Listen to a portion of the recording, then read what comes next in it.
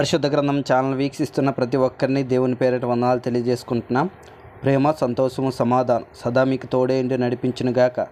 నిన్నటి దినాన యెషయా గ్రంథం 61వ అధ్యాయం చదువుకున్నాం. ఈరోజు యెషయా గ్రంథం 62వ అధ్యాయం చదువుకున్నాం. సియోను నీతి సూర్యకాంతి వలె కనబడు వరకు, దాని రక్షణ దీపము వలె వెలుగుచుండు వరకు, సియోను పక్షమందు నేను మౌనముగా ఉండను, యెరూషలేము పక్షమందు నేను ఊరకుండను. జనములు నీ నీతిని కనుగొనును, రాజులందరూ నీ మహిమను చూచెదరు. యెహోవా నియమింపబోవు కొత్త పేరు నీకు పెట్టబడును. నీవు యెహోవా చేతిలో భోజన కిరీటముగాను, నీ దేవుని చేతిలో రాజకీయ మొగటముగాను ఉందువు. విడవబడిన దానివని ఇక మీదట నీవు అనబడవు, పాడైనదని ఇకను నీ దేశమును గూర్చి చెప్పబడదు. ఇప్సిబా అని నీకును, బ్యోలా అని నీ భూమికిని పేరు పెట్టబడును. యెహోవా నిన్ను గూర్చి ఆనందించుచున్నాడు. నీ దేశము వివాహితమగును. యవ్వనుడు కన్యకను వరించి పెండ్లి చేసుకున్నట్లు నీ కుమారులు నిన్ను వరించి పెండ్లి చేసుకొనెదరు.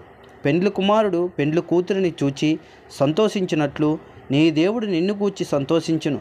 యెరూషలేమా, నీ ప్రాకారముల మీద నేను కావలి వారిని ఉంచి ఉన్నాను. రేయినను పగలైనను వారు మౌనముగా ఉండరు. యెహోవా జ్ఞాపకర్తలారా, విశ్రమింపకుడి. ఆయన యెరూషలేమును స్థాపించే వరకు, లోకమతంతటా దానికి ప్రసిద్ధి కలగజేయ వరకు ఆయనను విశ్రమింపనీయకుడి. తన దక్షిణ హస్తము తోడనియు బహుబలము తోడనియు యెహోవా ఇలాగన ప్రమాణము చేసెను. నిశ్చయముగా ఇకను నీ ధాన్యమును నీ శత్రువులకు ఆహారముగా నేనియ్యను. నీవు ప్రయాసపడి తీసిన ద్రాక్షరసమును అన్యులు త్రాగరు. ధాన్యము కూర్చిన వారే దాన్ని భుజించి యెహోవాకు స్తుతి చెల్లింతురు. పండ్లు కోసిన వారే నా పరిశుద్ధాలయ మండపంలో దానిని త్రాగుదురు.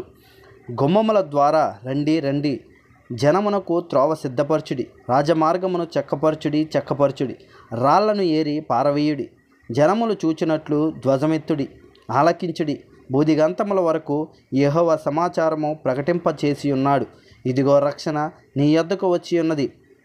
ఇదిగో ఆయన ఇచ్చు బహుమానము ఆయన యొద్దనే ఉన్నది. ఆయన ఇచ్చు జీతము ఆయన తీసుకుని వచ్చుచున్నాడని సియోను కుమార్తెకు తెలియజేయుడి.